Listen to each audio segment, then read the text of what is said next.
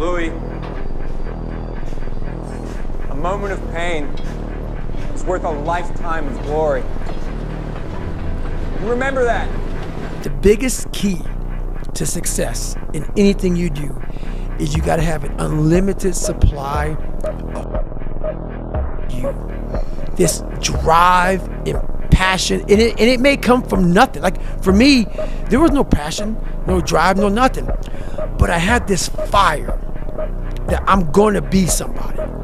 You can make as much money as you want, you can have as much freedom as you want, you can have as much opportunity as you want, but you gotta go out and get it, because I can tell you right now, every single one of you out there have exactly what you deserve. You might think that life is unfair, you might think that life dealt you a bad hand, but I'm here to tell you, life will give you exactly what you tolerate. And if you've been tolerating mediocrity, you've been tolerating average, you've been tolerating this victim mentality that you're carrying, then guess what? You have exactly what you deserve. Nobody cares, you know? At the end of the day, nobody cares. What we're going through, how your body feels, nobody cares. We gotta do our job. And we emphasize that to each other again today. You know, hey, I got your back, you got mine, nobody cares, man, we gotta go.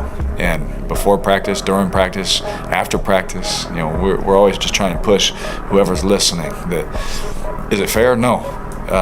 Because I want to have emotions about things. I want to think about things as a human being. Reminder that if you want to be exceptional, you're going to be different from everyone else. That's what makes you exceptional. You can't fit in and also be exceptional. Both have discomfort. When you fit in, you have internal conflict because you're not being 100% you. When you're exceptional, you have external conflict because everyone sees you as different. Pick one. When your friends start to say, "You've changed," remember, it's because they don't know how to say, "You've grown." Life's not fair. It's a good learning experience for my boys and my little girl that I'll teach them. Life is tough sometimes, and it's not fair, and it doesn't care sometimes. But you're going to hold true to what you believe, and you're going to hold true to who you are, and you're going to be that person whether it's easy or it's not. And that's the standard that I'm going to hold my children to, and that's the standard I hold myself to. If I can't do it, then how can I tell them to do it, you know?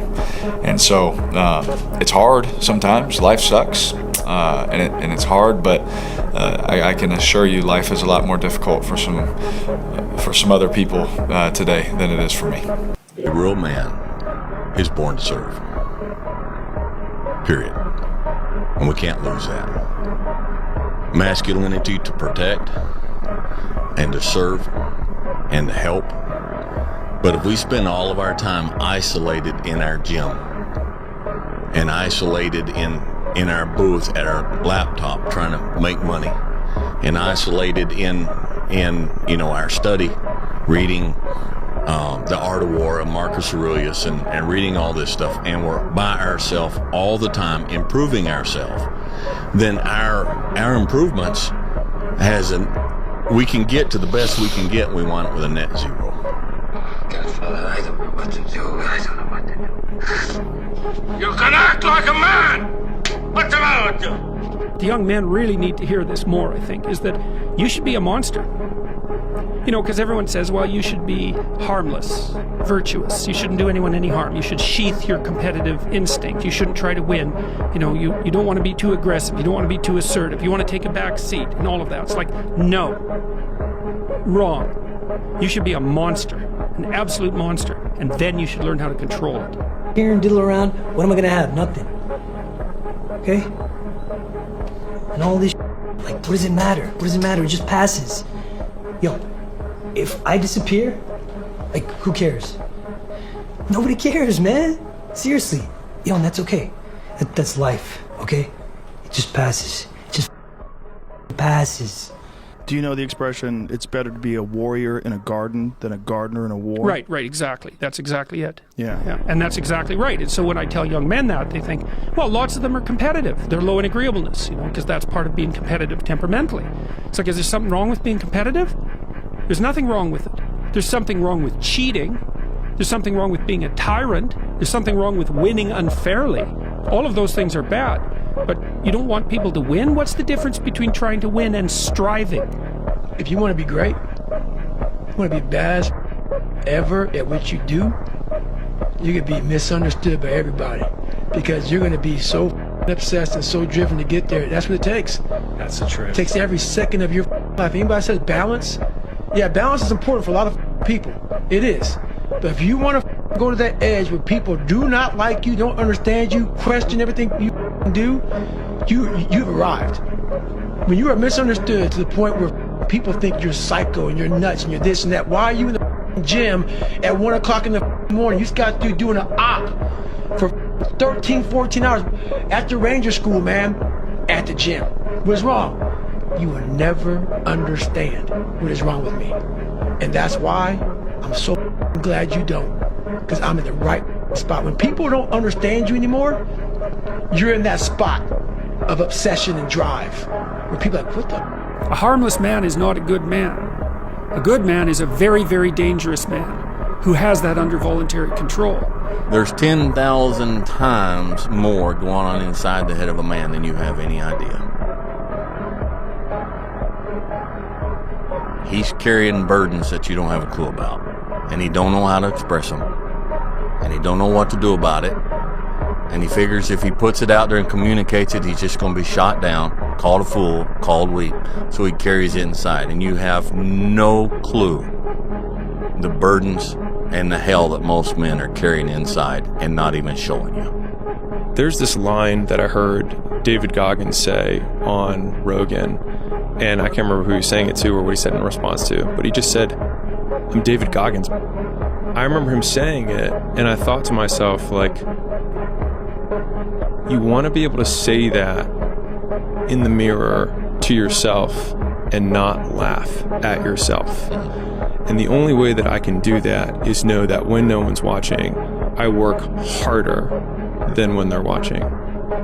And thinking about it like that has given me this persistent and ever-present scorecard or third party that's like, no one's watching, which means now you have to work, because otherwise you're full of...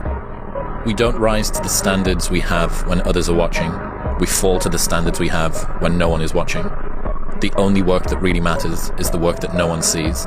It shows you who you really are rather than who you say you are. Out of the 100 men that go into war, 10 shouldn't even be there. 80 of them are just targets. 10 do most of, or 9 do most of the fighting. 1 is a warrior. And it's a true quote to life. I saw it going through training. I saw it everywhere I went. There's so many people who just show up to life that shouldn't even fucking be around. And there's few people who do all the work. I wanted to be part of that 9, and I'm working towards being that 1. And that's just how I live my life. I think a real man is born to serve. And serve means provide for those that are in your sphere of you to provide for. It means to protect. It means to encourage. It means to teach and to train. And sometimes it means to step back and let them hit the wall. Sometimes the best service you can do for somebody is to, when it's all done, walk up and look down and say, did that hurt? You know, that's what they needed. But we won't do that because it makes us look bad, and even in our service to others, we do it for ulterior motives, you know. But yes, I believe that very strongly. I believe if you spend your whole life to yourself, for yourself, you have no purpose of being here. Your family's looking for that one guy right now. You're looking for that one guy who's strong, who's that pillar for the family in hard times. Make sure they look around and find you. These are the times right now for you to step up. Be that guy that can take anything. Stay hard. The disciplined people execute no matter what, because the outcome of what they're doing is more important than how they feel that morning. It's cold, it's hot, I didn't sleep well, I had a nightmare, I don't feel like it, it's gonna hurt. Who gives a crap, right? The disciplined person takes action no matter what. The self-developed person takes action no matter what. The self-mastered and self-developed person is also someone who has developed impulse control. You're able to lock in and stay focused. You are one decision away from changing your life. And you have to accept that. You're one new meeting, one new relationship, one new contact, one new action, one new decision away from shifting your life from where it is right now to a totally different place. So what's the decision? You already know. I could go backstage now. There's something you've been hesitating on. There's a contact you need to make, isn't there? There's a job you need to quit. There's a relationship you need to engage in. Maybe there's a relationship you need to leave. I don't know what it is, but I know there's a decision that you need to make to take you to the next level, just like I know that's true for me. Because decisions shape our destiny when they're backed up by some massive ass action. You and I are capable of doing whatever we can see. We can hold it in our head, we can hold it in our hand. We've got to step out and do different. We've got to quit playing like this is a game. We've got to treat life like what it is. It's sacred. Yet we're capable of doing anything we want. But we've got to do it. It ain't going to happen for us. Those times when you get up early and you work hard, those times when you stay up late and you work hard, those times when you don't feel like working, you're too tired, you don't want to push yourself, but you do it anyway.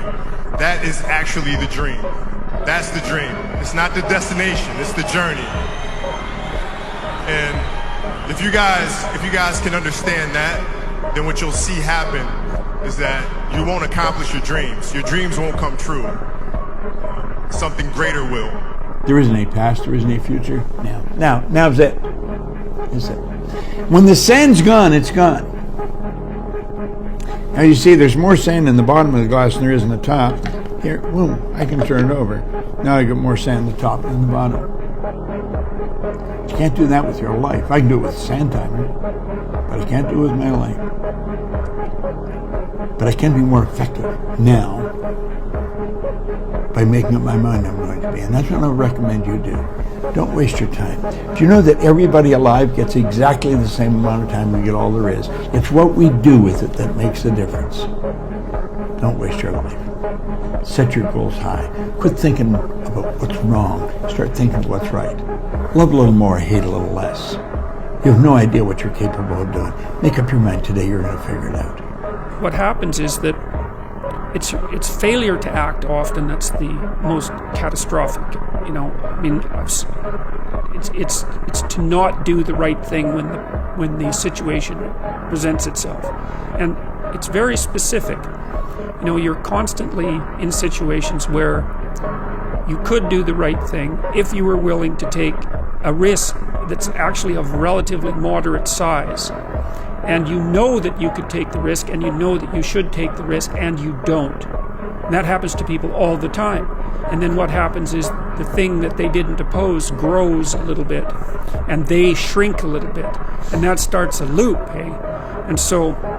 And you say, well, how do you take responsibility for the world? And the answer is, well, you also have to do it with a certain degree of humility, because what do you know? Turn your feelings off when it comes down to you wanting to be better. What that means is when that alarm clock goes off, your feelings gotta go away. It's raining outside, it's cold outside, when you don't want to put those long hours in at work, that's what I'm talking about. Your feelings must go away. When you know everybody's gone home to their families, but you know you want to be the top salesperson in the world, or you want to be the best lawyer in the world, whatever it is, when everybody leaves to go home and there's only one light on in a building, a 15-story building, and only one office. Every office is dark. There's one office with one light on, and as those go from the club, they look up every day, 2 o'clock in the morning, they see that, and that light's always on. That's the right there you gotta be. Empty the cup and start from the beginning.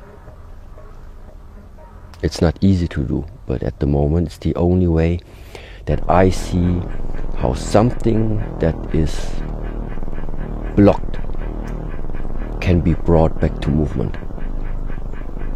You must spill the OT and pour in new one.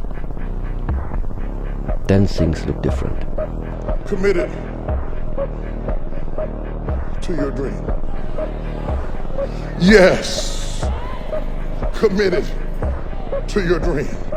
Anybody can dream it, but you'll never see it until you're willing to be committed to it. The difference between professionals and amateurs.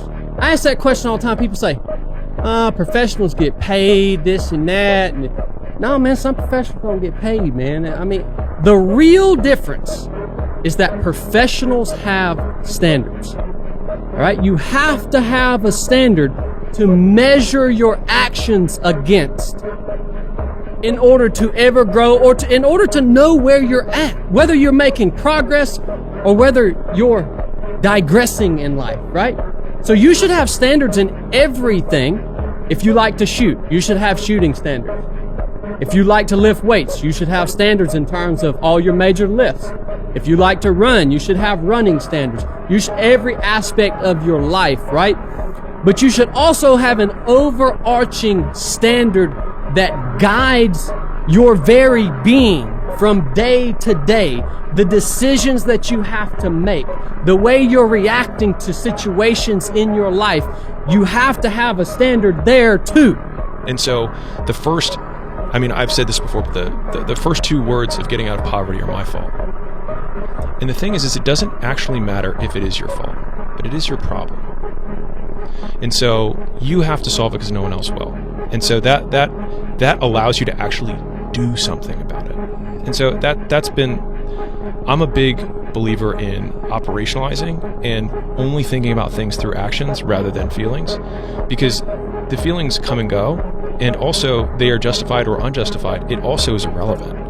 Because if you make 100 cold calls, whether you hate it or you love it or you're meant for it or you never want to do it for the rest of your life, you make the calls and you practice the script, you'll get business. And you can also get business and make money even if you don't deserve it, which for me was actually a really comforting point, because there was definitely moments in my life where I had tons of self-loathing, didn't think I deserved anything, blah, blah, blah. But the idea that I could still have it anyways and not deserve it if I only did the things that got it was it was kind of like in the weightlifting world, that the iron is the iron. Whether you're black, you're white, you're a woman, 500 pounds is 500 pounds. And so the actions that create success are kind of the same way. Whenever I'm down, I'm like, oh, hang on. Oh, you know the truth. You know the truth. You know the darkness of the dungeons and the demons that fly. You know, and then from there, it's like, okay, you were there. You know this. There was no one there to pick up the rucksack, to pick up the boat, to pick up the log, to go in there. It was you. It was you. There was no pat on the back at 300, at 275, at 250, at 220. No, that was you. So those things that come out of me, that extract from me in the darkness, people are looking for that pat on the back. Where is it? Oh, I don't need it. Because what I've done is in the unseen work, I built Frankenstein. So whenever shit gets nasty, David Goggins goes, we had nobody anyway. So see how I'm talking myself right now? That's me. That shit fires me the f*** up. That makes me nuts. You had nobody anyway. Look around you. But it's like, oh, do you want to do this or not? Which is what I think a lot of it boils down to. Do you actually want to do this or not? Do you actually want to do this or not? Because if you actually want to do it, what's going to stop you? Nothing. And if you don't really want to do it, what's going to stop you? Just about anything that comes up. Just about any obstacle that gets in your way becomes an excuse. It becomes a reason. It becomes a rationale for not proceeding down that path. And this is interesting too. When you talk to people that went to SEAL training that didn't make it, most of the time it's some reason. There's a medical reason. There's a family problem. There's very few people that look at you and say, oh, I quit because it sucked. Which is what, by the way, happens to the vast majority of people. The vast majority of people that don't make it through SEAL training, and by this I mean 80, 90% of the people that don't make it through SEAL training, they didn't make it through because they quit. But if you want something bad enough, you can't let anybody tell you you can't do something. I'll repeat that. If you want something bad enough, you can't let anybody tell you you can't do something, not even yourself. A lot of days I'm like, oh, you can't do this, Tom. You can't be as quick as a 30-year-old on the computer. Let me show you. I would have arguments with myself. I could do it. People doubted me. I doubted myself sometimes too. So the big thing is know that if you have big goals and big dreams, along the way failure is going to happen. So how fast do you get up from that? You got to teach yourself that. But the biggest key to success in anything you do is you got to have an unlimited supply of you. This drive and passion, and it may come from nothing. Like for me, there was no passion, no drive, no nothing. But I had this fire that I'm gonna be somebody. And it has to be there because on all those bad days and all those days you don't want to do, you have to be your own motivator, your own coach, your own trainer, your own everything.